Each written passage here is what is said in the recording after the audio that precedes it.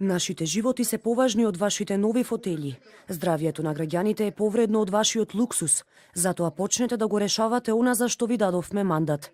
Со вакви пораки започна денешниот протест во Скопје против отровниот воздух. Истиот воздух диша. Воздухот нема вера, воздухот нема религија, воздухот нема партија, воздухот е за сите нас.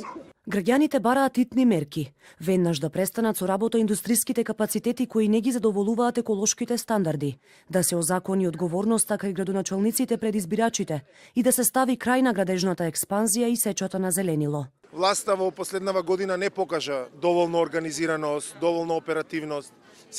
Системски е проблемот. Сега ние можеме да галабиме за воздух колку сакаме, џабе галабиме, сега веќе е загаден воздухот.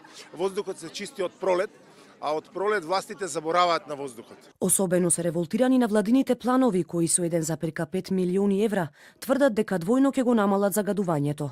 Ова е срамно, порачаа граѓаните правејќи споредба дека за наредната година само за нови автомобили и мебел власта планира да потроши скоро 5 пати повеќе од тоа. И ова е евидентен факт дека за нашите представници поважна е нивната комоција отколку човековиот живот. Нашиот живот тие го вреднуваат поевтино од нивниот мебел. Наместо да не труете со политика, почнете да ги решавате отровите кои не трујат со години. Порачаа говорниците на протестот, кои потенцираат дека токму борбата за чист воздух и беше главен адут на актуелната власт за време на предизборието. Додека се занимаваме дали бил поранешниот премиер Груевски киднапиран или не, јас можам да ви кажам дека овие актуелниве што се сега на власт ни го киднапираат чистиот воздух. Едноставно не ставаат во ситуација на тивко умирање.